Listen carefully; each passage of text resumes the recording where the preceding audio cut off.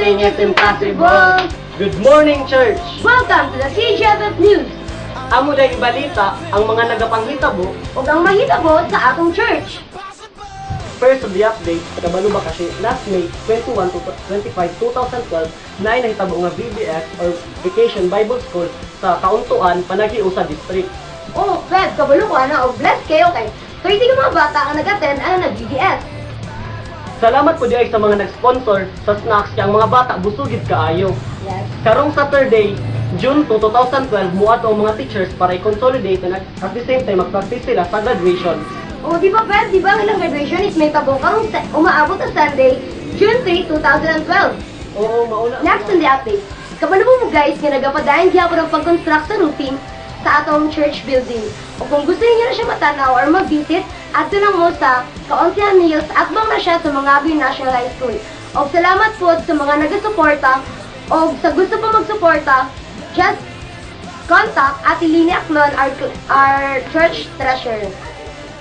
Last May 25, 2012, na ay nahitabo nga youth reload. Grabe ka successful kayo ang youth reload with the same City Hunter na ay more than 100 young people ang nag-attend, then more or less 50 first-timers ang nag-attend with the power challenge of Kuya Gideon. Katong mga 50 first-timers, continue to siya consolidate sa mga leaders o nag-invite sa ilaha kay para dili sila masayang o para kung magamit sila dira sa Ginoo. Nagapadayon paghihapon ang klase diya sa School of Leaders 1 o Post Encounter. Ug nahitabo na siya every Sunday 3 p.m. ug every Wednesday 3 p.m. Ug naana sila yung maabot na 2 meetings karong maabot na hapon ug karong maabot po sa Wednesday. So ay jud mo pabitin guys kay happy to mo graduate ug padayon jud mo para sa pag-equip diya sa Ginoo. Here are the announcements. Naay mahitabo na evangelism. Requirements na siya para sa mga post-encounter students. O required food ang mga network leaders para mo guide sa mga estudyante. Kamusta na siya, Peb? Karon na siya Wednesday.